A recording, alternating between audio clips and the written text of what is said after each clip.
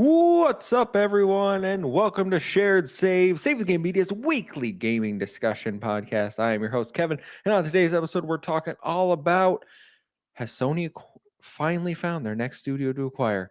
Have we finally discovered the reason for the Xbox Game Pass price increases? And our Patreon topic of the week. Before we get to that, I got to introduce my co-host, hanging out with me as always, Sam Heaney. How are you, my friend? I'm doing very well. A lot going on. Busy times. I feel like I say that every week, so I'm a broken record. In terms of, I mean, certainly in terms of games, because there's a lot to play. There is. Well, I see your list is much longer than mine. Mine will fill up. When's the next? Is it next? Oh, it's next Friday. Okay, so it won't be next week. Over my list after next week, I think my list will really start to fill up. But yeah, I'm excited. We got a good lively chat already. See Silken It, Rick Davis hanging out with us. Shout out everyone for tuning in. How are you? I am doing very well. In fact, I had a lot of training at work this week. Long days. So I've been up since 4:20 a.m. this morning. Went to the gym, had some training, got through work, but I came home to a delicious chili. Chili's great, especially when it's getting cold out. Love some chili, but I don't know if you guys got cornbread in the UK. What's this cornbread you cornbread? It's a southern hospitality food. All right. Not very common here, but we do.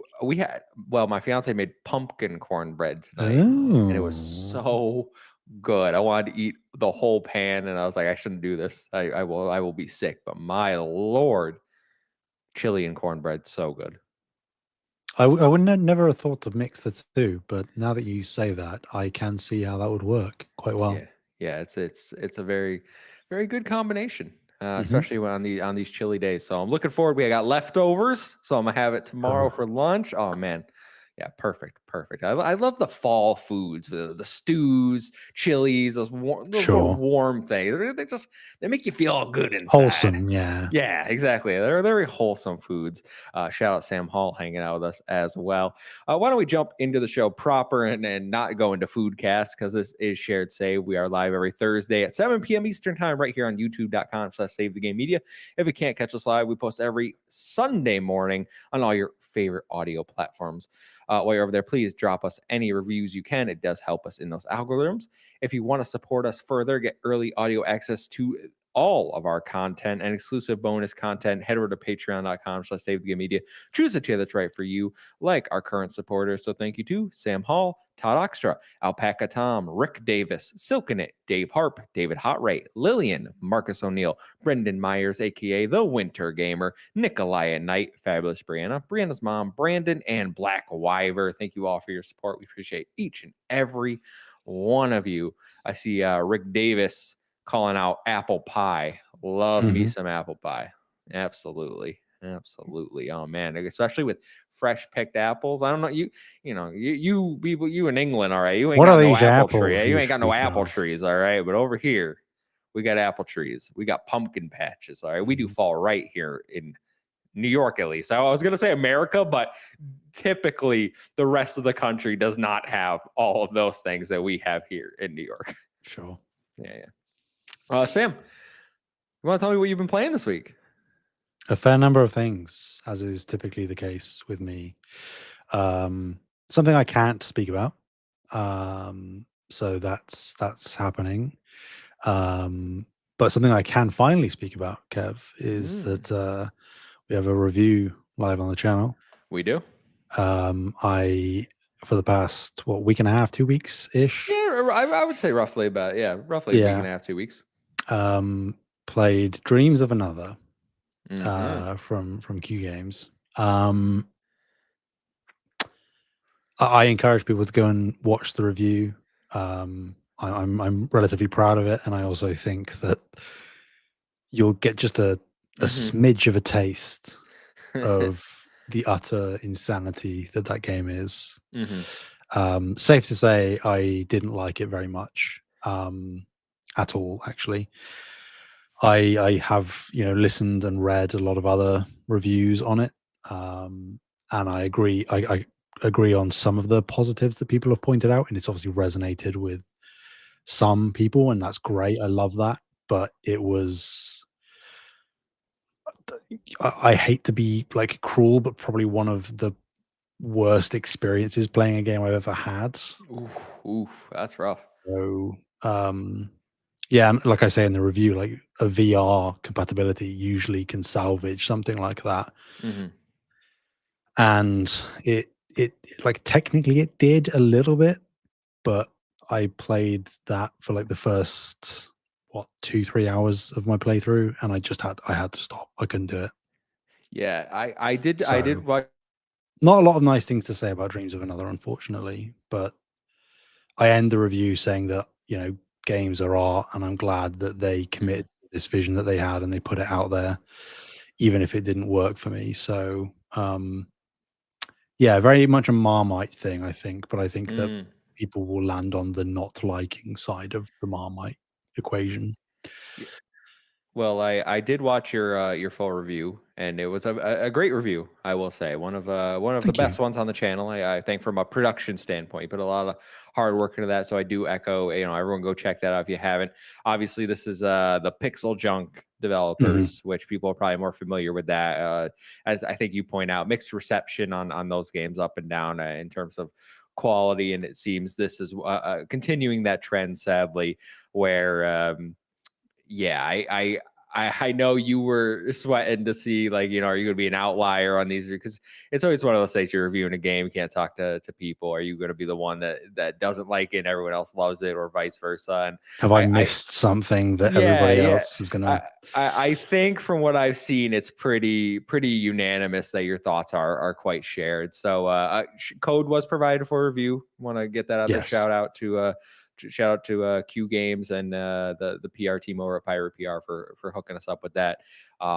If you are still interested, check it out. I don't exactly know how much the game is. That's a good question. I would Let me imagine, look. like, I would hope it's, like, 30 max. Because it's on PS5 and Steam, right? Yes, it is. It's $35. Ok So okay. maybe a bit steep. I do see a demo. I don't know. Oh, it says limited time, so I don't know if that's still live. Um, yeah, might be a bit steep at 35 if you're just mildly interested with the reviews again, right? Yeah, I think just generally, if you're curious, I would probably wait for a sale regardless. I could also see this, not that I'm vying for it, because I think it would be, um, frankly, a waste of a space, but I could also seeing it being a PlayStation Plus monthly game at some point in the not too distant future. So, Hmm. yes, very unfortunate, but, they can't all be winners, and I still appreciate the time that I had, with the game, but I don't think I ever want to play it ever, ever, ever, ever again. You beat it, right? You roll credits. Yeah, I you did roll roll credits. Yeah, yeah. credits. No Yeah. platinum though. You're not gonna I do that. surprisingly, by the time you roll credits, you're actually quite close, naturally, but I really don't think I can put myself Yeah, through any more of it to clean up the 1 or 2 trophies left, so we'll see. I do a lot for platinums, you know me, Kev, yeah. You're a sick man. You're a sick man. but not that sick. Maybe I am, I don't know. Time will tell.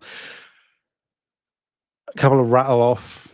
I've Yeah. played a bit more Mega Bonk. I talked about that last week. It is very addictive, very stupid. The humor is becoming even more grating, but it is a good time. Um, it feels like a thing that would be in Game Pass. It's not, but I wouldn't be surprised if there is some kind of.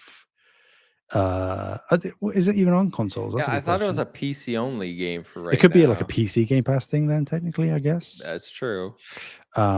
That would be a good get. So keep your eyes peeled if that pops up. Considering how sort of viral it's going, I think there's a fair chance it might show up there. So highly recommend that.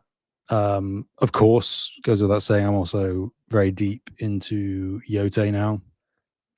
Uh, I am probably about 60 hours in. Jesus. Yeah, I'm a sick man with an awful sleep pattern. Yeah. but I've killed 3 of the Yote 6, Kev. 60 hours. Yep. So this is on course to be a 120-hour game. I don't think so, because without spoilers, like 2 of the Yote 6 are like tied together. Okay.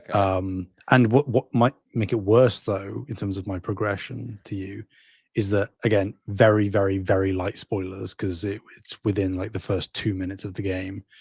You actually kill one of the Yote 6 in like the opening minutes. Oh.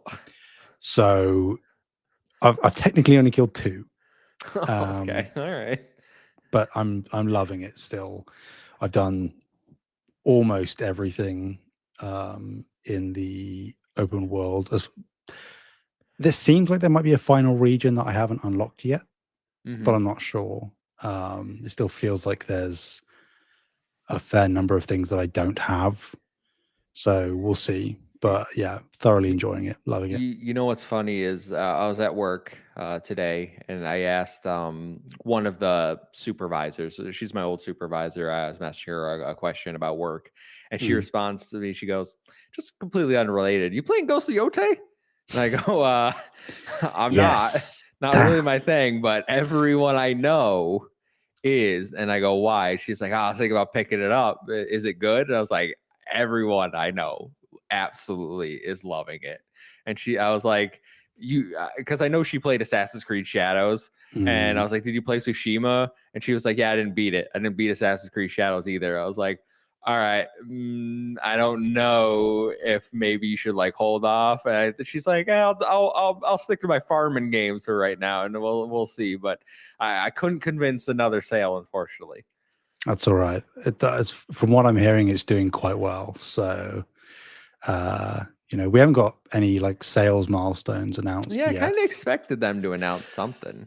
Yeah, I don't know. It will be interesting to see if they do that, because they didn't. Did they do anything for like Astro last year? I think they did 1 million when it hit Okay. 1 million, if I remember correctly. There was we knew somehow it hit 1 million. Well, I mean, I don't have any doubt that it's cleared that. But yeah, it will be interesting to see whether it is more of a like they only give an update when it gets like 5 million or something, or whether they'll do anything at all, because it's sort of, I think we are reaching a turning point in online discourse where it's sort of like when you put out those kind of milestones, it just gets spun as a narrative one way or the other. And it doesn't really matter to us. Like, I don't really know why they make the announcements other than to brag. Ghost of Yote bombs at only 2 million. Precisely. Go woke, go broke. Yeah. Final Fantasy 16 apparently didn't sell very well on PlayStation. I mean, 3 million in the first week compared to what sold on Xbox. We don't talk about that, Kev. We don't talk about that. I bought yes. Yote is fantastic.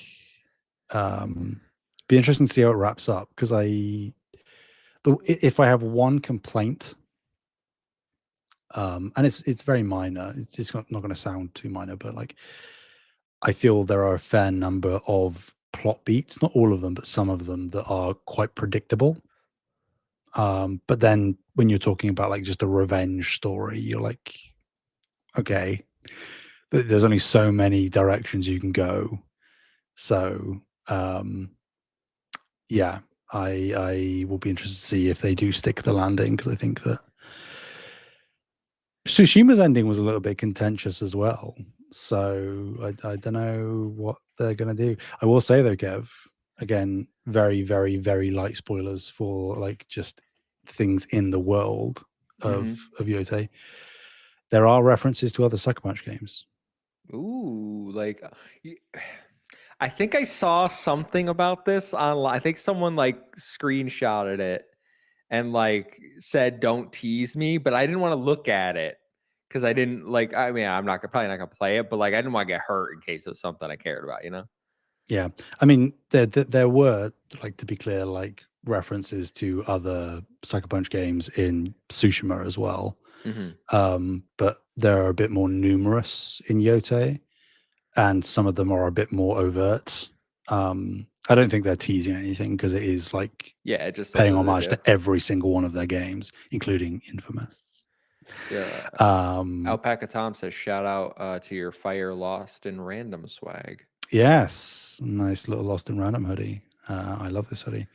I've got a set of themed dice as well over there. I've got there's a poster somewhere that I have framed for Lost in Random as well. Yeah, so don't get your hopes up about Sly, I'm afraid, but Sly stuff is in the game. I don't have any more hope to give, you know? Yeah, you spend it all on Banjo, and look where that got you.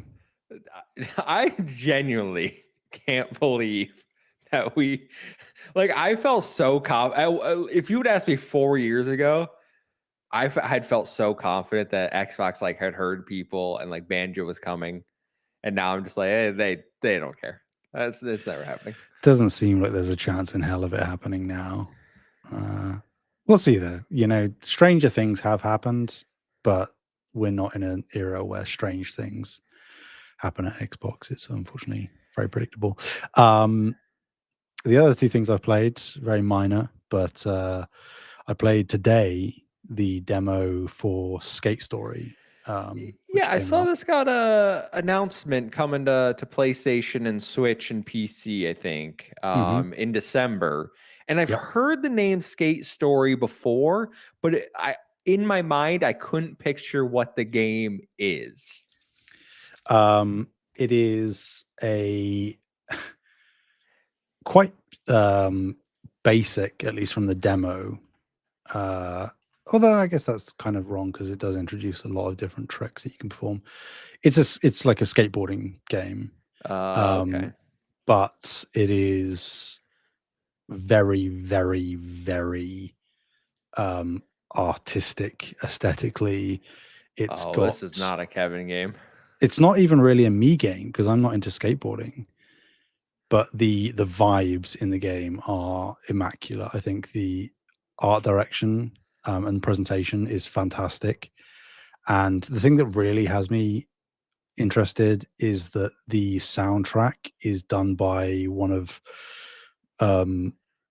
my favorite bands currently. So and like the thing that caught me onto it was Skill Up did a video on it like a while ago, like a preview or something. Mm-hmm. And he mentioned that Blood Cultures, which is the band, was doing the soundtrack, and they like happenstance stumbled upon the developer and shared their love of skateboarding and would offer the soundtrack for free. And I was like, well, I don't like skateboarding, but I've got to play it now for the soundtrack alone, and the soundtrack does not disappoint. I don't know if I'll play the full thing, not straight away anyway, just because of the onslaught that's hitting us currently. Mm-hmm. But it might be like an end of year little wind down thing. It's very rudimentary, very basic. It's a solo dev, so time will tell with that one. And then the final thing of we're getting real into the weeds here. I played a game called Karimara Beneath the Forlorn Limbs. I can't. Is this another one of those critical You're whatever? damn right it Oh my is. god! Of course. Yeah. You're damn right it is. It How many caught my games they eye putting out? a lot, apparently. But this is what I believe is a solo French developer. And it is I don't even know. I'm gonna have to look up how they describe it, because I don't even know how to like delineate genre. They say it's a very short, atmospheric exploration puzzle game with a Mhm. hauntingly gorgeous art style and soundtrack. I beat it in like an hour and 45 minutes. Oh, it's very short. It is. But it's in a similar way, I guess, to Skate Story, but in the complete opposite direction. The vibes, I, I've been very creeped out. I don't think I've been disturbed by a game quite so much in quite a long time. It's I don't even so okay, stick with me. You play as a gnome wizard Okay. that goes to a little cottage in the middle of the forest, and you help this woman who has 4 arms Hmm. try to get rid of a malevolent spirit that's taken refuge in the caves in her cellar. Of course, yes. And the way that you interact with the world is you can look at specific things, and when you interact with it, you gain a card, and the card has the name and the picture of that thing that you've interacted with, and you can then show that card to other characters and other things, and you'll learn information about that thing, and then you sort of deduce the mystery of the spirit Mm. and how they died and all this stuff. But there is something about the voice acting, which is not voice acting. Like there's no dialogue. It's just sort of like, Yeah. but it's all French, and there is something inherently creepy about French whispering. Like there's something Silking it. unnerving. Silking it. He doesn't mean what he's saying. I mean, I'm sorry, I mean it. I mean it. If you whisper French to me, I'm getting the heebie-jeebies. That's just how it goes. But I really enjoyed it. I managed to get all the Steam achievements as well. So not that I'm a achievement whore. I'm a trophy. Good. 100% is pretty nice I still, mean, yeah. But I highly recommend that if you're interested in sort of quirky experimental things. And in a weird way, he are you familiar with like Chiller's Art? No. Okay, so they're like another indie dev who do lots of very similar games that tell like true Reddit horror story things. They're quite viral. You see like Jacksepticeye playing them a lot. The developer at the end, he did like a personal message of the game, and he said that he sort of intends to do lots of sort of episodic things like this.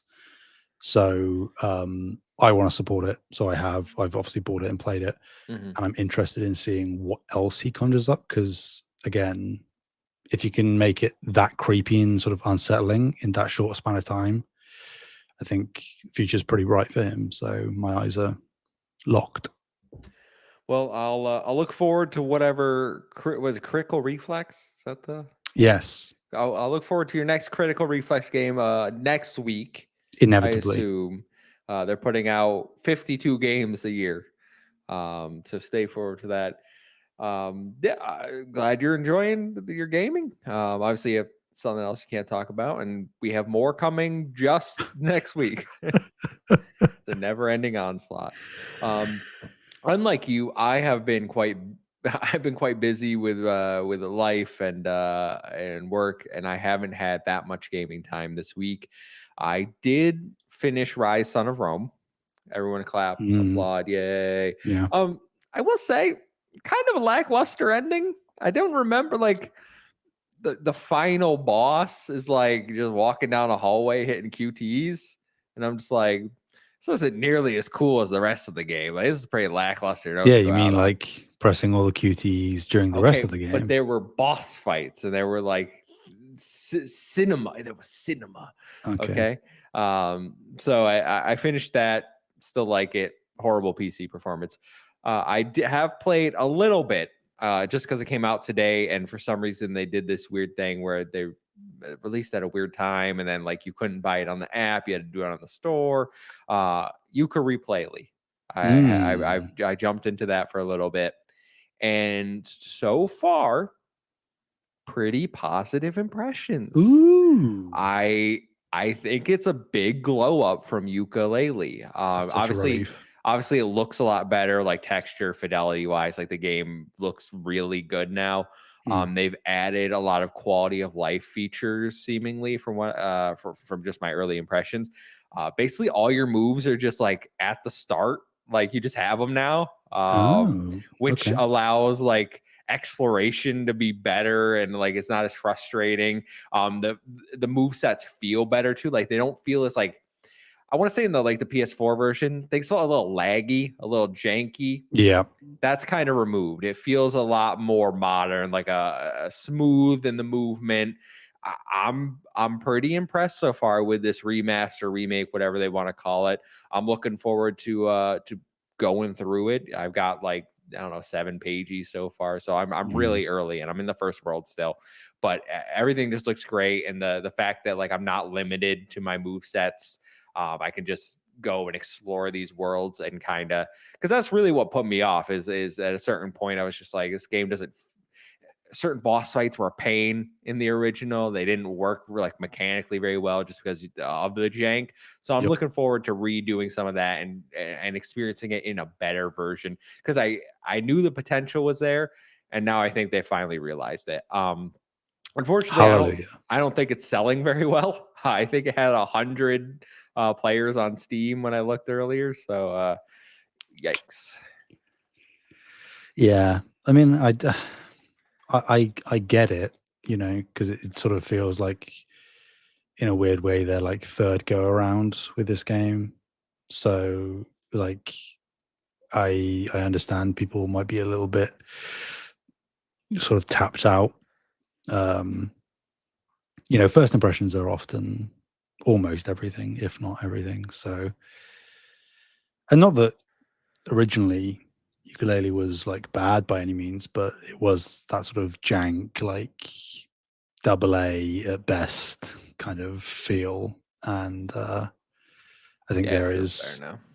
less tolerance for that when it originally came out. So, I mean, I hope that like that is relieving to hear. Like, I was wanting to jump in eventually, and now that I've got the sort of hallelujah, it is good from you, like, I will definitely get to it. Yeah, Maybe word of mouth does work for this game. I don't know. I hope it's got a 153 was the peak today, and I know it's a Thursday, not the weekend. There's only 23 people playing it right now on Steam, which I Mm, don't know. I feel like Switch probably has a lot of the sales for this game, but yeah. there's something weird going on with this upgrade path that I saw. So initially they were like, if you own the game digitally, you can get your 10 or 30% discount, right? And it's to Mm, upgrade. I'm like, great. I got it on PS5 or PS4 for like $2. I'll gladly give you the 20 and get the good version, right? I think that's a fair price. They've done some weird thing where I think Steam users actually get the 30% and then an additional 10% discount if you have it on there for a launch discount. So it's actually like really, it's like $18 on Steam. oh, And then I saw that Switch users only get the upgrade if they're in the US.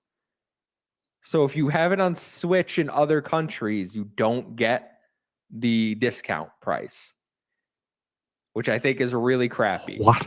Because you said one thing and now like 2 days before launch you changed it around. So I hope that's not, I haven't seen that concern with any other platforms. I'm pretty sure it's limited to Switch, but it was having like a weird thing where there's two versions of it currently in the store. Like when I went to buy it, it started on the discounted price, so it said like $20 for my 30% discount, but then it would let me also switch to another version that was just the 27 PS Plus discount, as if I didn't, Mm, like if I wanted to just give them more money for some reason. And I was like, why are you even doing this? Like, what?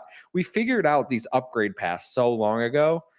I also think that like if you have it physically, you should be able to put your disc in and it should know, hey, you own this. I'll give you the digital version for a discount. But I don't know. very strange. That's like shooting yourself in the foot. That's very bizarre. Yeah, so we'll see how it does. I don't know. Like, I want to play more of it, but then Ease versus Trails comes out tomorrow, and I want to play that. And then Keeper comes out next week, and then Ninja Gaiden comes out a few days after it. So, like, I don't know if I'm going to see this one all the way through right now, because I think I would rather play those games I haven't played before and maybe save this for like a December lull period. Hmm. Yeah, agreed. All right. Well, that's what we've been playing, everyone. Shout out Captain Logan hanging out with us. Sam Hall's got a piece out, but thanks for hanging out and catch the VOD, Sam. We'll continue on, everyone. So why don't we jump into our first news story of the week? Sam, I'm gonna give it over to you first. I didn't set up the tracker, so let me do that right now. Why don't you introduce your Yes. topic? Only a small one for me, but I thought it was particularly interesting because of potential connotations, what it might mean. Opens up some conversation topics. So, Sony Interactive Entertainment and developers Giant Squid filed a joint trademark for Sword of the Sea in Europe on the 7th, so a few days ago, time of recording. They're both listed as the owner of the trademark. And what does it mean? What does it mean? It can mean a number of things, Kevin. Mm-hmm. It could mean, and I think that these are like the most, I'll go from most boring to most exciting.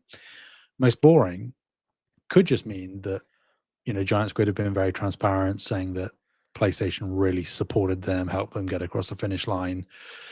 You would assume that's funding and obviously marketing with like State of Play and whatnot. So maybe a prerequisite of that deal to get it across the finish line was that they would then take at least joint ownership of the IP. Maybe. Mm-hmm. Could it also mean that Sony are making some kind of adaptation? Could it be like a animated show or short film or something? That would be a little bit strange, but not completely unprecedented. But then we get into the interesting stuff, Kev. And as the ticker at the bottom is saying, people are speculating.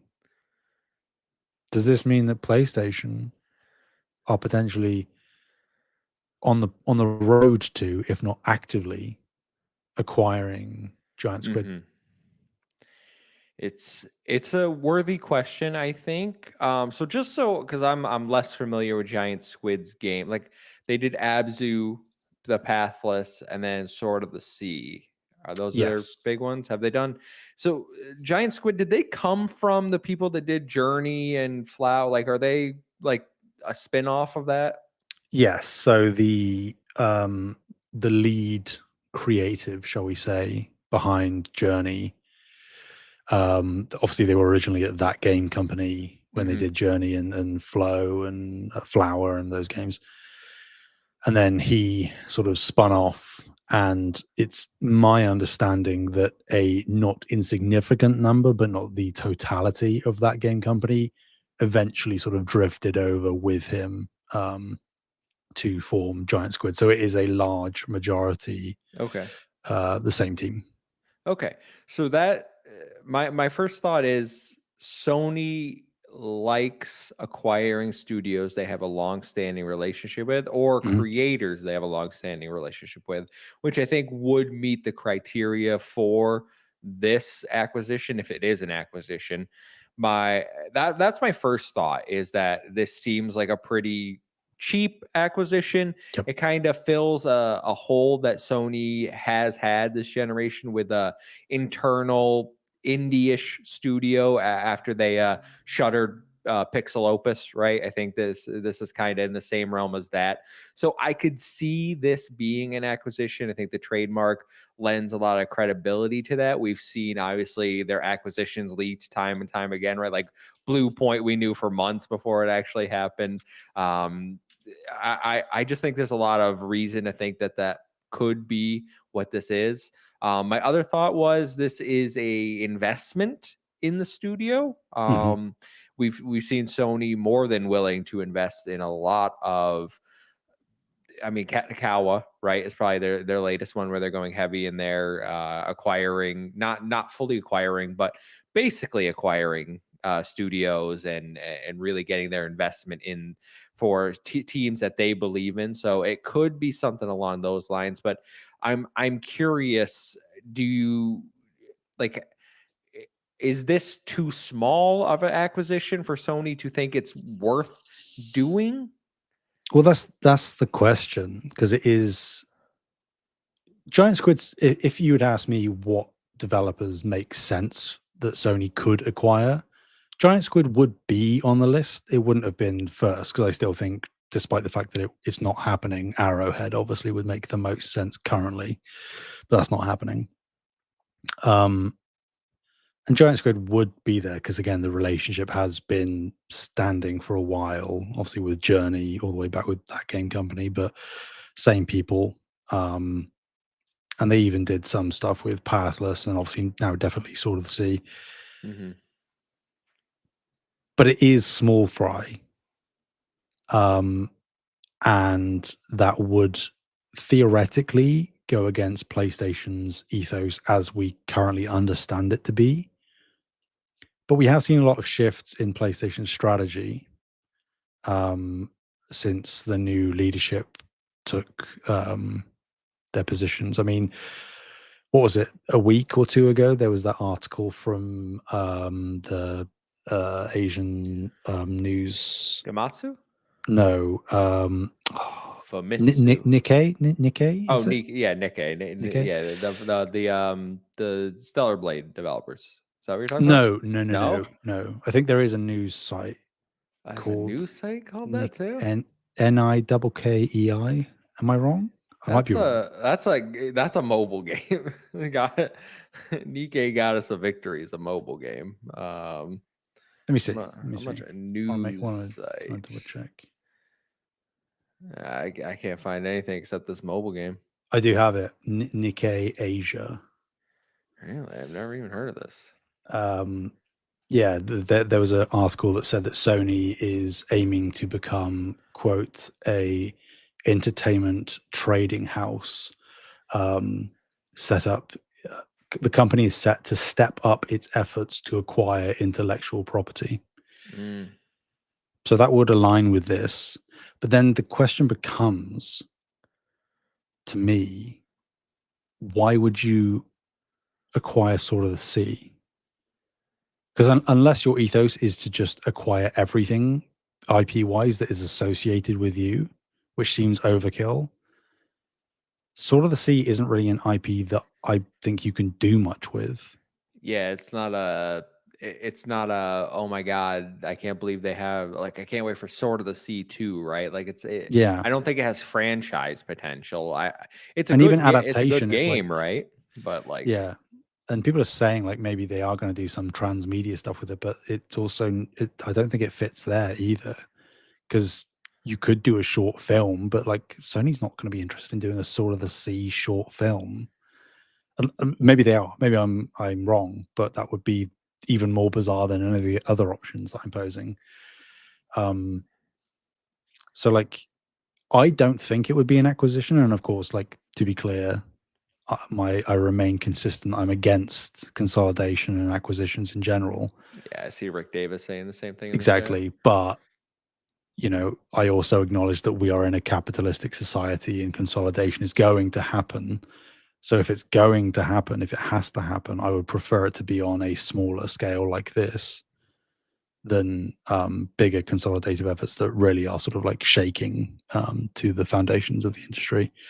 Xbox. I had to, I had to. But yeah, I just don't know what it is. I'm very, very curious to see what this is, whether it is making a mountain out of a molehill, and it is just them being like, we were invested in this, so we kind of just want to at least partially own it, which I think is probably the most likely answer. But the question that a potential acquisition could pose is kind of interesting to me because, like you say, they shut down Pixel Opus. They got rid of London Studio, which again did some experimental stuff. Like the closest comparable studio now is like Asobi, I guess. Yeah, Um, I just the whole reason I don't think it's just acquiring the IP is, what good is getting the IP if you don't have the people who made the IP good?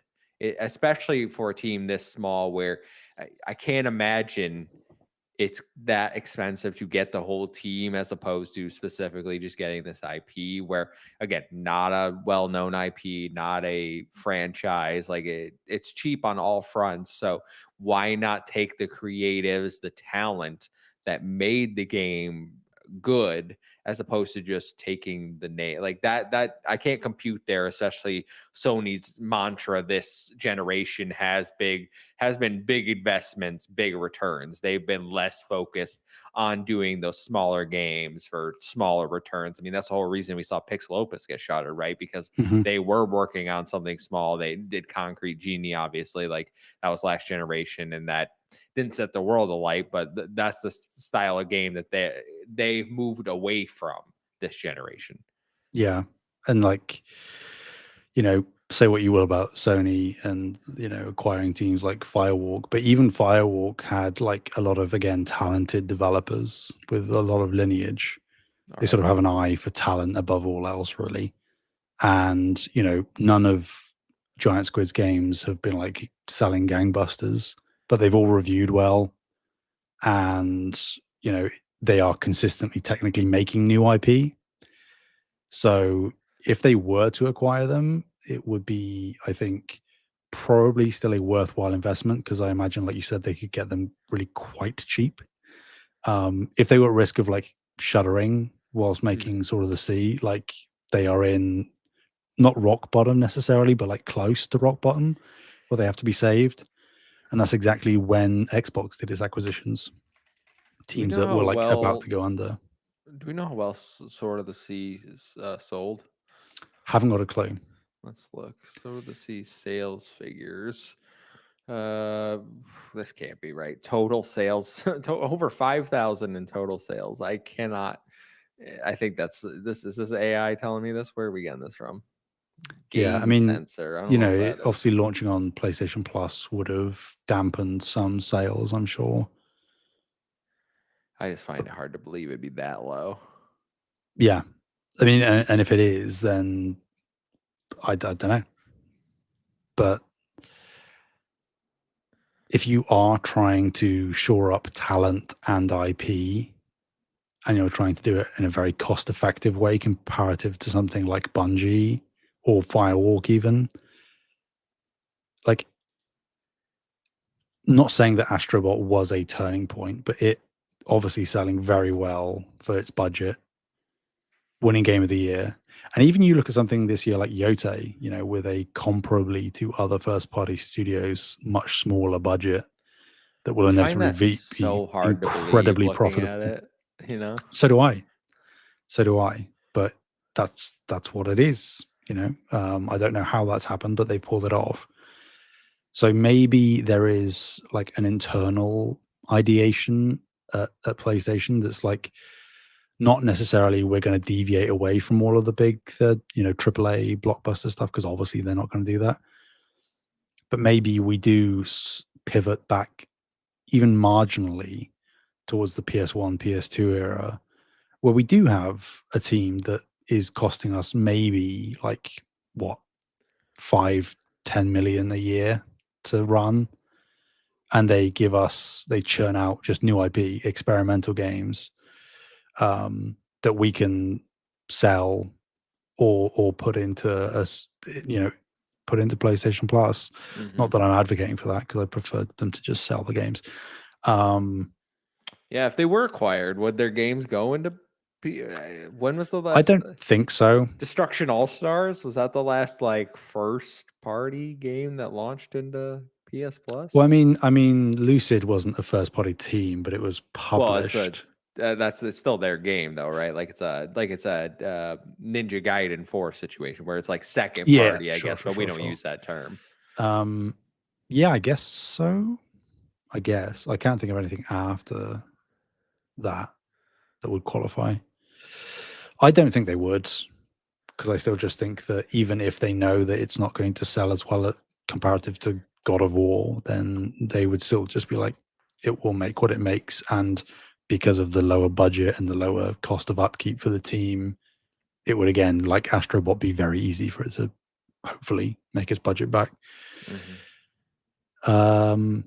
Yeah, I mean, because like acquisitions in general have cooled off, right? Like there just haven't really been that many acquisitions. I mean, obviously, like I think EA just got bought. Yeah. Well, I mean, that's not even an acquisition. That's a takeover from Sure. private You know, equity, you know what right? I And mean? it's, Like, yeah, well, I mean, it just speaks to the state of the economy, right? Like money isn't free flowing and loans aren't, like interest rates are crazy in the US. So it's not exactly the time for our mergers and acquisitions here. yeah.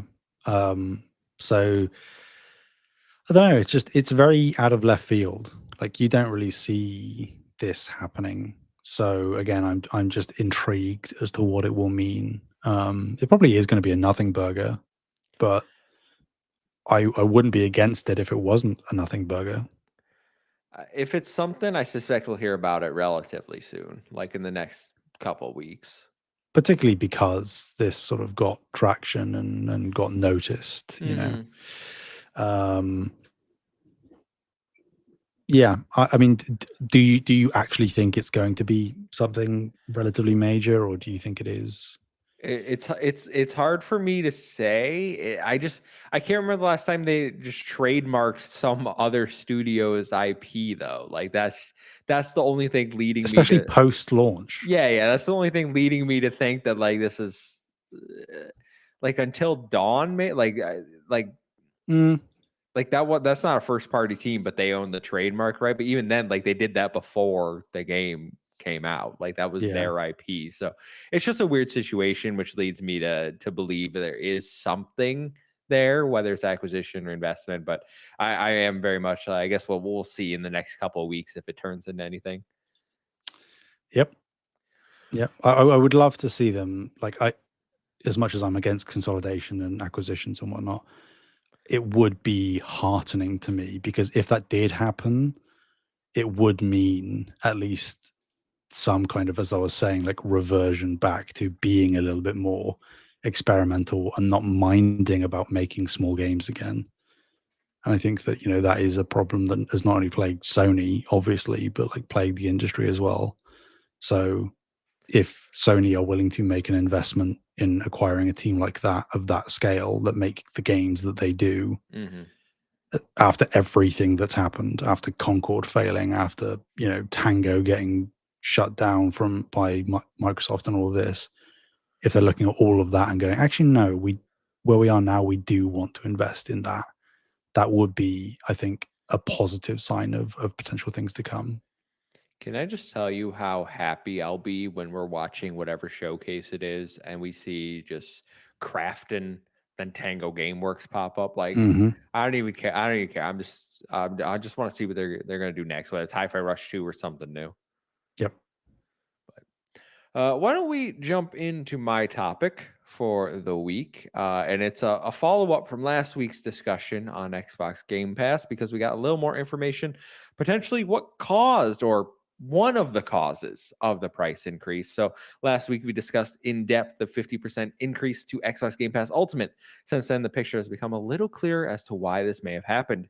According to Bloomberg, Microsoft gave up $300 million in Call of Duty sales as a result of putting the game into Xbox Game Pass Ultimate. Quote, the price hike and other changes to the Game Pass plans are a sign that Xbox's big streaming push is still not generating the revenue it would like 8 years after launch. According to interviews with 7 current and former Xbox employees, the company is putting some of its top titles on the streaming service, but that's cutting into sales of higher margin games like Call of Duty, which came with Microsoft's 2023 acquisition of Activision Blizzard. Uh, that's from people who rather not be known. Xbox gave up 300 million in sales of Call of Duty on console and PC last year, according to one of those former employees, again, who asked to remain anonymous. For those curious, because I did the math, in order to make up $300 million at a $20 Game Pass Ultimate price point, Xbox Game Pass would have needed 15 million new subscribers. Newsflash. They didn't get anywhere close to 15 million new subscribers. We know this because in February of 2024, Xbox Game Pass was reported to have 34 million subscribers, and that's after they transitioned the Xbox Gold customers to Xbox Game Pass Core, which is now Xbox Game Pass Standard. I think is that the standard premium? Yeah. So that added roughly, I don't know, 8-9 million to the 20-ish that were on Ultimate or maybe the console tier at that time. And then earlier this year, we had a LinkedIn post that said Xbox Game Pass has hit 35 million subscribers. So in a year, they've shifted about 1 million subscribers. I don't know what that looks like after the cancellations, but the fact that they put Call of Duty into the subscription service and saw almost no growth, I am not surprised at all if these reports are to be believed, which they come from Bloomberg, which is usually airtight, right? Like Jason Schreier is the king of reporting in this industry. Call of Duty normally gets 1.2 billion ish in sales, so that 300 million is a huge loss, not only to Call of Duty's bottom line, but it's a huge loss to what they were trying to do with Xbox Game Pass. Yeah, and doing a bit of dirty math, if you look at 300 million in terms of amount of units sold that they've lost, that equates to about 4.3 million units of Call of Duty copies sold that they've lost. Sold. Yeah. If you convert that 300 million in sales, that'll be 4.28 million copies. I mean, Rick says it like I and amongst many others were like skeptical about how this was ever going to work. And no doubt, like it obviously will have drawn in people to Game Pass, but you look at like 4.28 million copies not sold in terms of lost revenue. Like, I would imagine the majority of those probably were pre-existing Game Pass subscribers. So Xbox didn't gain new subscribers from those people, and they also didn't get any new money that they weren't already getting prior to Call of Duty going in. What not to interrupt you, but what this really illustrates to me is that the majority of Call of Duty sales are not on the Xbox platform. And because they still roughly made 900 million of the 1.2 they typically average, and that loss is probably from the Xbox PC platform due to Game Pass. But you're saying 4.5 million units sold, like that's a fraction of what Call of Duty sells every year. And the fact that their subscriber number didn't go up leads me to believe, okay, these consumers were already subscribed to Game Pass, and instead of buying this game, they just decide, oh, I'll play it here. So you didn't get any new additional revenue from Game Pass. You didn't get your usual Call of Duty sale. It just seems like a big misstep fiasco the entire way around, because you set out to accomplish it and you did the exact opposite. This has cost you not only millions, hundreds of millions of dollars, but now you've shifted your entire subscription model. You've shifted your entire business because of this Activision Blizzard acquisition, as we talked about last week, right? And I'm not seeing the payoff here, because it's just increased your prices, and now you're even less likely to meet that threshold. Like I'm firmly, like in my mind, firmly in the camp, $30 price increase is to make up for some of the lack of sales. That's the only way they can continue to justify it. But even at that price point, it's still a hard sell, I think, for Xbox to want to continue to put Call of Duty in that tier. Yeah. I mean, I think the stat for Black Ops 6 was that 82% of sales for it were on PlayStation. So that would mean sales on Xbox were likely in probably mid to low single digit percentage, if you also factor in PC. That's not going to change, that it's not going to be any better this year for Xbox sales. You might argue that with the price increase, people have unsubscribed and thus will have to buy Call of Duty. Maybe, but I mean, no matter which way you spin it, you're losing revenue on it. Which is why I said that I'm surprised that Call of Duty is staying in Game Pass. I know why they can't take it out, because it would set a precedent. But like, the whole spiel last year was, okay, well, all these things are bad and Game Pass is kind of stagnant, but let's see what happens when Call of Duty goes in there. And now we know that subscriber count hasn't gone up, not by any significant measure, because they would have said so. And they lost revenue on it. That doesn't mean obviously that it wasn't a profitable game, because of course it was, but they still lost like at the end of the day, probably encroaching more towards $500 million in lost sales at the end of the day, if you're looking at long tail revenue as well. So it really pushes home the narrative I was talking about last week, where I think they want you to buy your games now. Yep. I think they really, and you said they can't take things out of Ultimate. Like, they've made this promise. I sort of feel like they've already changed Game Pass enough that if they came and said, "Hey, Call of Duty is not going to be included at any tier," I don't like. I think there would be a reaction that, "Oh my god, like you lied to us," like you said, every first party. But I also feel like every tier used to get day one, and now there's most of the tiers don't get day one. Like, they've already fundamentally changed what Game Pass started out as. So to me, any future changes, while maybe not looking good, is it really the end of the world? Because if you think they need to make up, if they're going to have the same difference in loss, if they're going to have the same lost sales this year, 300 million, they still need 10 million new subscribers at that $30 tier, which I don't know how many people unsubscribed. I doubt we'll ever know how many people actually unsubscribed, or how big of an impact this has had. But I don't see them getting 10 million at this 30 tier.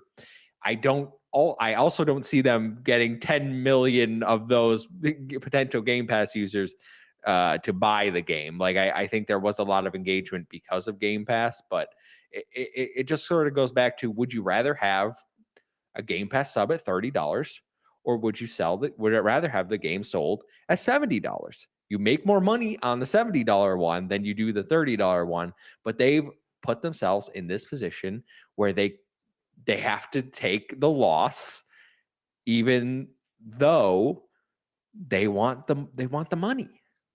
Yeah, I mean, you've encapsulated it. Of like, let's say next year, like Gears E-Day is day and date. Like, it is just a fact that a sale on PlayStation is worth more to them than a subscription on Game Pass. It is just worth more. Because you can say, "Oh, well, but the subscription recurs over multiple months." It's like, okay, but you have to guarantee that that subscriber is going to stay subscribed. But what's actually probably going to happen is that if they aren't already subscribed, they might subscribe for a month, but then they've got $30 out of you rather than 70, or probably, let's be honest, 80 next year. Well, even so, when I mean, it's not technically 70, right? That they got the 70-30 split, but you still get more money with that split than your Game Pass. Yeah, because it would be just under $50. Yeah. So like just under 50 or 30, like you're going to take just under 50. And I think that is unfortunately why you've seen Xbox be so aggressive in the third party push and like the marketing of games on PlayStation. Like, we've both said it before, where like when they show games for PlayStation and Switch, obviously, like that's the audience that they like actually have to sell to. And it's also the audiences that they actually really need to buy. So like it goes back to the whole like Xbox console users being second-class citizens. Like, you're just dead last in terms of priority. They're chasing the growth vector in PC. They're trying to get people to buy games on other platforms.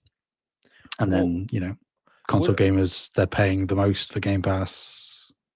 Yeah, which is wild. The way they've treated their console user base is crazy this generation. But I know 2 points that I wanted to talk about. One thing I'm thinking is strange, and I asked you earlier in the week, what's the price of Keeper, the new Double Fine game coming out? Because I was like, I have PC Game Pass. I don't know when I'm going to get around to like. I would love to knock Keeper out this month if it's short. Ninja Gaiden's a few days later though, so like, does it make more sense for me to buy Keeper? So I went and tried to find how much the game's going to cost, and I can't find a freaking price point for this game. So are they intentionally obscuring the price of certain titles to try to convince me to stay subscribed or subscribe because we know what Game Pass costs as opposed to what Keeper costs, right? My other thing was PC Game Pass, and I don't know if it's just limited to PC. I know every time I subscribe and then I cancel it, they say, "Hey, you want your money back?" And I go, "What are you talking about?" They're like, "You canceled before your month's up. Do you want your money back?" And I'm like, no, that's okay, because I usually do like the $1 trial, or I used a gift card, and I just feel like scummy taking the money back after I like probably cancel like 2 days before the subscription's up. But how many people are going to be able to just like play games for free if they continue that trend? Like, how much? I don't understand why they even do that. That's been a thing for a while now. Yeah.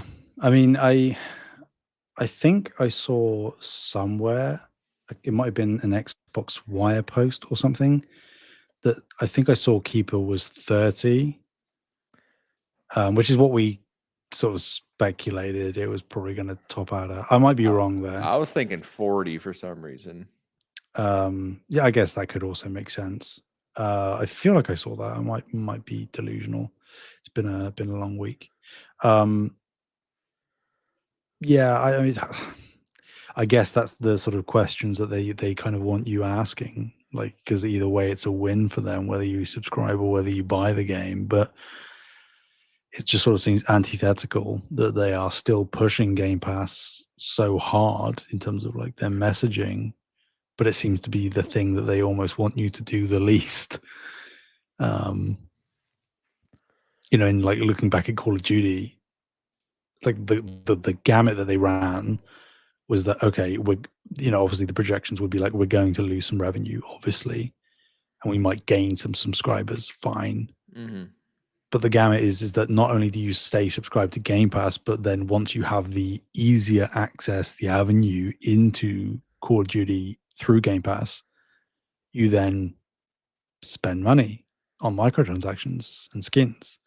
And that is exactly what got Black Ops 6 into the diatribe that it was in, with the whole versus Battlefield 6 thing of like, you saw all of these crossover pop culture bollocks skins in Black Ops 6. And like, it again, it's sort of just transparent. Like, why they're in there, because they are trying to get as much microtransaction revenue as they can out of people. And unfortunately it works, And if Well, you listening, if you want to buy those things, that's fine. But I'm just saying you are kind of part of the problem. well, they removed the discounts for That too. that extra DLC content. And I know their excuse, oh, you can earn points using Microsoft Xbox rewards and get it that way. We included in there, but listen, you're not going to make up the discounts that you offered in the Xbox points. You're just not going to. What they're offering has a cap. I don't like what they've done to the reward system, but they have gotten rid of at least the Call of Duty DLC microtransaction discounts for Game Pass Ultimate. So it's just another sign that points to Call of Duty being a big driver for these Game Pass in price increases, right? Yeah. I just want to point out, I'm on the Keeper store page. It tells me it's not sold separately, but it wants me to get Game Pass.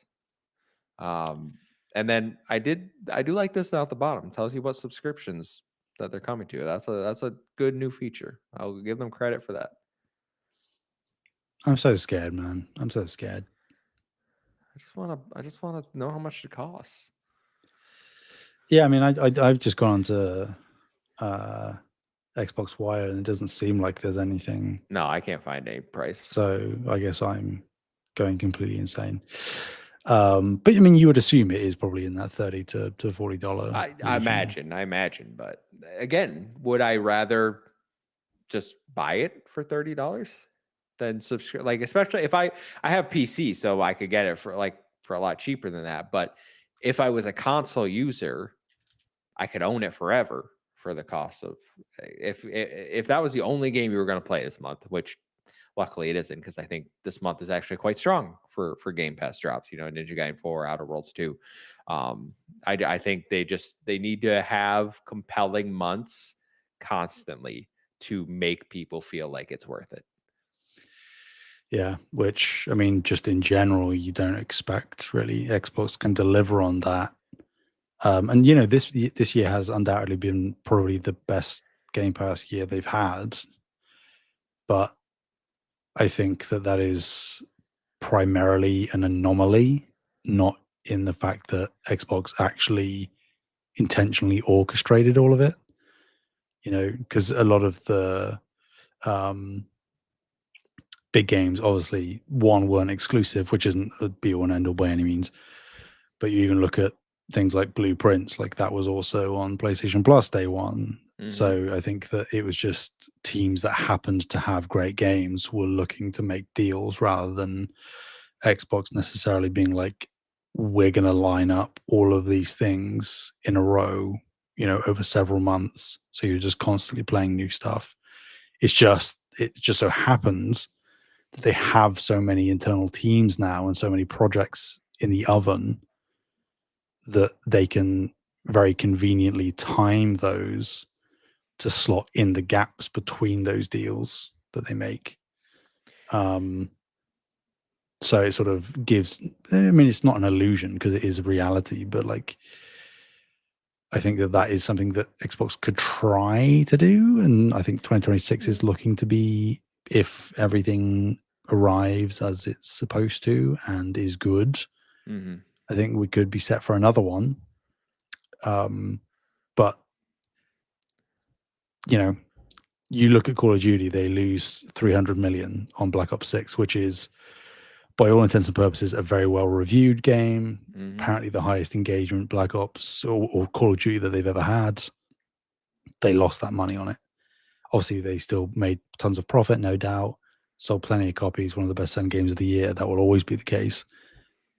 But, like, they're developing at least 3 consecutive Call of Duty games at any one time. Because it's a 3-year cycle for the teams. And each one of them, we know from leaks and reports, like 2021 and 2022's Call of Duties were like 600 million, 700 million development costs. Again, they'll recoup that easy, but they are burning a lot of money every single year.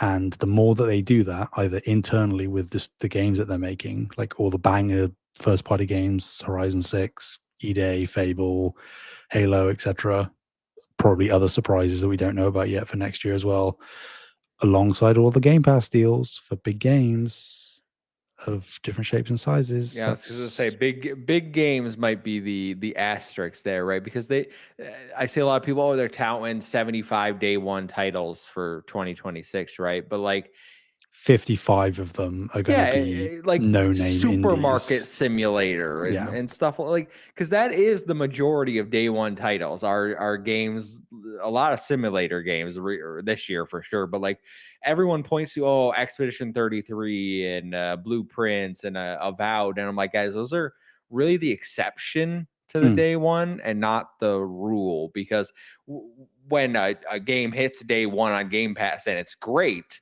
that's we all rave about it.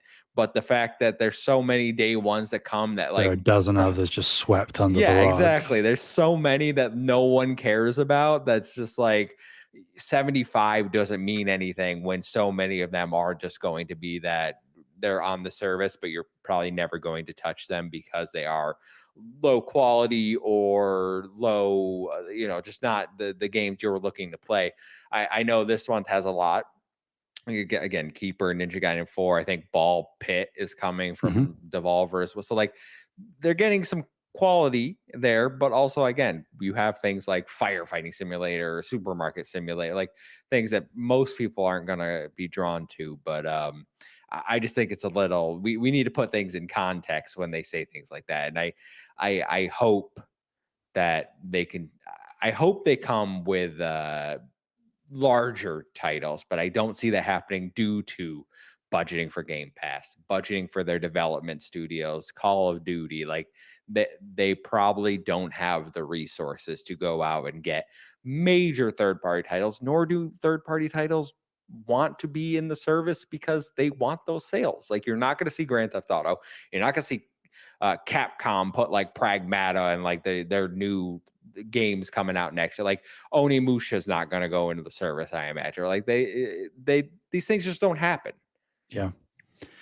And like, you undoubtedly in those 75 whatever day ones, you will find gems and big hits, breakout hits, no doubt, but they will be, like you say, in the minority. And um it's a very sexy buzzword to chuck out that you're gonna have 75 day one games. But the reality is that, and I think again that's the equation that a lot of people are judging in their minds right now in terms of the Game Pass prices. It's like, okay, well that sounds great, but am I even that would is that You're going to be not great playing only if I 75 play games next year. exactly like 85% of those games? How likely is that? And then also you have the issue as well that's compounding not only Xbox internally but consumers of like, if you flood Xbox Game Pass too much and you try to say that too much content is coming, even if you aren't wholeheartedly enforcing that as like this is the way that you should be playing, and it's just like an option, even if that is the case, you also then have to factor in, like you're talking about, all of the other third party publishers that are putting out their games throughout the year on Xbox as well. If you consume too much airtime with Game Pass games, you're going to get even less sales of the third party games. And that then sets the dangerous sort of precedent that a lot of people were fear mongering of like, if people aren't buying the games on Xbox or buying them in less frequency because there's so much now in Game Pass that I just have to spend all my time on stuff in Game Pass. Fortnite Crew is in Game Pass. So I can just spend more time playing Fortnite and not play the hundreds of games in Game Pass. Like, you need to be careful. I beat 50 games this year already, guys. I am probably in the 1%er for like Demon. rolling credits on games, right? I'm not, I don't play Game Pass that much. Like, if you looked at my list this year, it really isn't that much of Game Pass. So I can only think, if you're not beating games, maybe you can play 75 games. Like, if you play 10 minutes, I think there was that report a few weeks ago, right? Like, Xbox gamers play more games but PlayStation and PC like finish more games or like play the games for longer. So like we are seeing differences in play styles across ecosystems. And I think Game Pass is a big driver in that. Yeah. Yeah. I did want to touch on before we move off Game Pass and not really Call of Duty related, but there was that rumor going around over the weekend that like Xbox's next gen plans were up in the air from sneakers, right? And Xbox has come out and kind of said, "Hey, we are making a next gen console."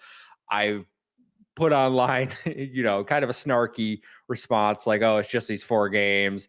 Oh, the price of Game Pass won't go up because of ABK, yada yada yada." Like everything they've said over the last 5 years that makes me feel skeptical of just trusting any statements they put out. Moore's Law is dead, who is a tech YouTuber, I guess is the best way to say him. Gets leaks from AMD, has been reporting on the PS5 or the PS6 new models, has a report out that the Xbox is going ahead with their next gen console. working with AMD, some codename Magnus, I think it was, where it's going to have like huge die. Reportedly, it's going to be more powerful than the PS6, but it's also going to be more expensive. He was saying prepare for over $800 for certain for the next Xbox console, which lines up exactly with what I've been touting. This hybrid console, if that they're pushing. I do think that next gen, if you're in the Xbox ecosystem and you want to have the latest greatest hardware, you're going to be paying a pretty penny. Yeah, I mean, we've talked about it before. I don't get it with how. I mean, obviously, there's the thing of like you still want to be able to have access to the console user base. Like I get that, but with how poorly series consoles are selling, with sentiment as low as it is right now, with the ROG Ally, which I'm sure is going to do okay, but that's probably against very conservative projections. I So it's going to be more powerful than the PlayStation 6, and it's also going to be opening to multiple storefronts so that their software sales aren't guaranteed. Sounds like a PC to me. Bruh, that's going to be like 1,100. Well, I've said 1,000 for a while. I've said 1K plus. Like I'm looking at like it's like my PC was like what $1,300 or something. Like I can see it coming in near that price range because like my PC is more powerful than like a series. Like I can't Yeah. imagine it I not mean, being that price point. the Ally X is 1,000, and like I know that you're paying like a bit of a premium for the portability of it, but a bit of hardware that's dedicated, a dedicated SoC of some kind, more powerful, and has access to all that storefront stuff. And Xbox are clearly done. Their subsidization era is done. Mm-hmm. So, It's like, it's gonna be wild. they can offer it. That's fine. They can offer it. But I assume again that it's probably going to have very conservative projections for it. Mm-hmm. And it's going to be a niche item. And if people want people listening want to buy it, then more power to you. But that I think inevitably, no matter what the scenario plays out, the PlayStation 6 is going to be cheaper than whatever Xbox puts out next. And that inherently just puts PlayStation already, compared to the advantage they already have in terms of mindshare, it's just going to put them at more of an advantage, depending on the sort of economic situation that the world finds itself in when those consoles release. I mean, technically, Mark Cerny put out that video with a representative from AMD today, talking about Project Amethyst and saying like, he's looking forward to implementing all of this tech in a console in a few years' time, So that would roughly line up with when we're expecting a next gen Xbox as well. Yeah, Moore's Law is dead said 2027. Yeah. So I think that's a pretty reasonable take. Yeah. And that would make sense. Like I know that Xbox certainly don't view PlayStation as competition, and PlayStation probably don't view Xbox as competition anymore. But you probably still would want to roughly estimate a release around the same time. I mean, I know Xbox might want to swing as early as they can just to try and get an advantage optically. But then you're also setting yourself up where you come out at a high price point, but you're the only thing on the market, so people might be inclined to buy.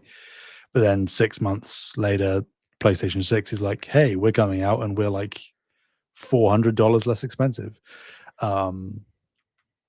So we'll see. I think for many reasons, the next generation of both consoles is going to be very interesting. I'm expecting PlayStation 6 to be very traditional with very minor changes, but just in terms of how they market it, exactly what it does, when it releases comparative to Xbox's stuff, is the handheld going to go alongside that as a companion device? Are they going to release around the same time?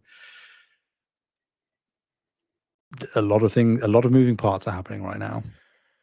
Last question about this topic, because I've seen people throw this around as part of Xbox's future strategies. Do we finally get Game Pass on other consoles? Not a chance in hell. Yeah, that's where I'm at too. I don't think Yeah, I mean, it's PlayStation or not. Nintendo It's want it. definitely not happening on Nintendo. Put it that Yeah. way. And PlayStation, like the sort of rumored like bespoke version, like first party version of Game Pass. I don't think it's completely impossible on PlayStation, but I also think that PlayStation just make more money, and Hmm. technically so do Xbox from just selling the games. So would Xbox kind of like having recurring subscribers on a PlayStation platform that are just sending them free money every month? Sure. But with the amount of games that Xbox is going to be putting out, you're going to get that anyway, but you're going to get that at $70 a pop, not $30 a month. So, I concur. That's literally my train of thought as well. So yeah. just wanted to throw it out there. All right. Well, let's jump into our Patreon topic for the week.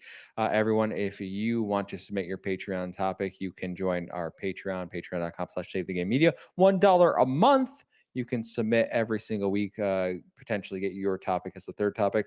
And if you're not chosen, we'll save you for our Patreon exclusive show that we do once a month where we'll answer your questions. This week's question comes from our Patreon exclusive channel in the Discord from Marcus O'Neill. Says, in honor of Canadian Thanksgiving this weekend and to inject some positivity into gaming, what's something in gaming, big or small, that you're thankful for? So, Sam, Thanksgiving in North America is like a holiday where we all What's celebrate this what we're. Yeah, Thanksgiving? yeah. The English don't have it because they're not thankful for anything. No, that's right. We aren't. Yeah, yeah. But We're what are you spiteful thankful people. for? Um, what am I thankful for in gaming? I think it is quite a sort of like generic umbrella answer. But I think the fact that despite all of the like horrific turmoil that's been happening over the past few years, games just seem to be getting better. Like in spite of all of the hardships that have been presented, the developers that are unfortunately left after all the layoffs and the studio closures and the game cancellations and the acquisitions and all of this, there just like hasn't been a better time to play games. I know that it's become more sort of cost prohibitive and more difficult to access, and arguably a lot of the time less fun to talk about in terms of like just the industry. But in terms of the games that we're playing, I don't think I've ever been having more fun playing games. Um, and you know that is in a macro sense, but also a micro sense of this year alone, I've experienced so many different flavors of things that I wouldn't have ever thought I'd like. You know, Expedition 33, Hmm. Blueprints being one of the best puzzle games I've ever played. I just got sequels that have exceeded my expectations with Death Stranding and Yote, and it's all of the Critical Reflex games I'm playing. Like, I think that that is something that I'm thankful for because it's very easy to get lost in the noise of all of Hmm. the debate and the uncertainty and the shit news, frankly. But the games on the whole, I think, have never been better. And that is a thing that we should celebrate. Yeah, I would agree. I think this year has been really strong in terms of game releases across the board for multiple genres. I also am thankful for the double A space, which seems to be making a little bit of a comeback this year. I've played a lot of double A games over the course of this year that I think are of higher quality than maybe you would have seen in the past. And I think no, next year we have some double A games already on the docket, ready to go. But I would also say that in terms of I'm thankful that we're getting, how do I phrase this, revivals of Mm. series that we thought long dead. I think Ninja Gaiden 4 is a big one. Like, if you had asked me, you know, 10 years ago, are we going to get another Ninja Gaiden through? I'd be like, no, we're not. Ninja Gaiden 4 is probably never happening. The fact we're getting Ninja Gaiden 4 in just a few days is insane. The fact that we are seeing so many remakes and then potentially revitalizations, new entries into franchises. We look at Silent Hill 2 got a remake last year. Silent Hill F has come out to very strong acclaim, right? Does Metal Gear Solid follow the same trend? Do we see things like uh well, we are seeing this, but like Trails in the Sky remake has come out and is one of the best reviewed games of the year. If you told me that 2 years ago, I would have bit your hand off. Like, we're just seeing so many games either get a new lease on life because of a remake or a new entry in their series. And I love seeing games that I've long held fondness for come back. And that's something I'm thankful for sure. Yeah. And something else, just on a wholesome note, um, thankful for the show that we do every week. I think that content creation in general has been a tumultuous mistress, and there's been a lot of changes ongoing. But I appreciate the community that we fostered Hmm. on the channel, and I think that I can speak for myself. I can say that I think that we put on a great show every week, um, and yeah, I'm glad that I got to continue doing it, because there was a time when Taylor and Bree were sort of like ready, preparing to step back from No Limits, and we sort of, what Hmm. does content look like on the channel? And we all talked about it, internally, and like, do we just call it a day? It was a good run, fellas. Yeah. Do we just do like solo videos? And we're like, no, we still want to persist. And I think that it's a good thing that we did. So um thankful for that. That's very a lovely sentiment, and I see people in the chat reacting to that. I'm thankful for everyone that always hangs out, chats with us. Obviously, we're not the biggest channel on YouTube, we're approaching 1,100 subscribers, which I'm very proud of. I'm very proud of everyone that is hanging out with us. Happy when we get comments on videos and engagement, and just like bringing smiles to anyone's face is all I really care about for doing this for. So yeah, it was certainly a time, but we hit episode 10. This is our 10th episode. So I hear 10 Woo! episodes is the hardest, even though I've done like 200 something of another And this is show. the last one. Yeah, good run. No, but it's genuinely, thank you all so much. I don't really have much more to say to that. Why don't we call it a day on that topic? I'm excited to play some more games. Everyone, let us know what you're playing down in the comments below. Let us know your thoughts on the COD Game Pass situation and the PlayStation potential acquisition. That would be awesome if you could leave those comments. But Sam, until next week, where can people find you? People can find me anywhere and everywhere at Sam Heaney, Heaney. And you can find me at the Muffin Mon everywhere. It's a 1 and 7 I, O and 7A. Follow us at Save the Game Media on Blue Sky or Save Game Media over on Twitter if you're still using that platform. Until next week, we'll see you